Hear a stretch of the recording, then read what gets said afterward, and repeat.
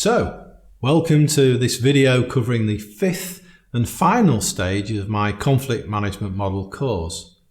In previous videos, we've looked at C, consider ways to approach the conversation, A, address or take action and have the conversation, U, understand all the issues from all the parties involved, and S, select an option for moving forward.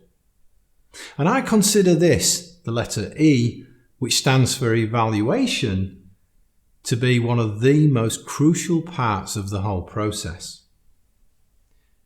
This, for me, is where all the learning takes place. The learning takes place for you to build an arsenal of tools and strategies for the future. From this evaluation, you will build your confidence to positively deal with future conversations which could be potentially difficult. It's during this process that you need to be honest with yourself and have a balanced evaluation. And it's important that you apply your critical thinking skills to assess. Firstly, how did the process go? And by the process, I mean the logistics, the simple stuff, the timing, the place, the location. Were there any distractions? Could they have been avoided? So really the process itself, was the timing right? Could you have done it earlier, later? All those aspects of the process. Critically think through what could be done differently. Evaluate also looks at what did the other party do? What was their body language like? What was their tone like? What did they do? What did they say? How did you pick up on their emotional cues? And then this, for me, is the most important part. What was your part in the process? If we're not careful, if we don't do an honest evaluation of our part in the process, the danger is that we actually start to lay blame or make excuses for what went wrong, instead of actually critically thinking through what we could have done differently. Don't get me wrong, if it's gone well, that's important as well.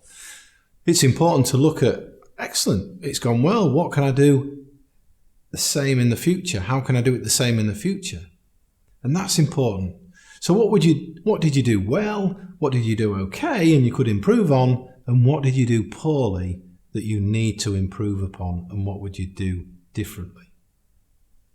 And as I say, this is crucial because evaluation is going to build your confidence for future occasions as you build a large toolbox of different tools, tips and strategies for moving forward. Evaluation is also about conducting those agreed reviews and, if necessary, going back to the cause model. If that poor performance is continuing, then basically we need to consider ways to approach it again, address the issue and understand why the person is not performing to the agreed standards that have been set in the previous conversation. And if necessary, we need to action plan again. Evaluation also looks at the wider implications of the agreed decision. What has the selected option had on the team, on the employee, and on productivity? For example, if we've addressed the poor performance in those 30% of employees, then guess what?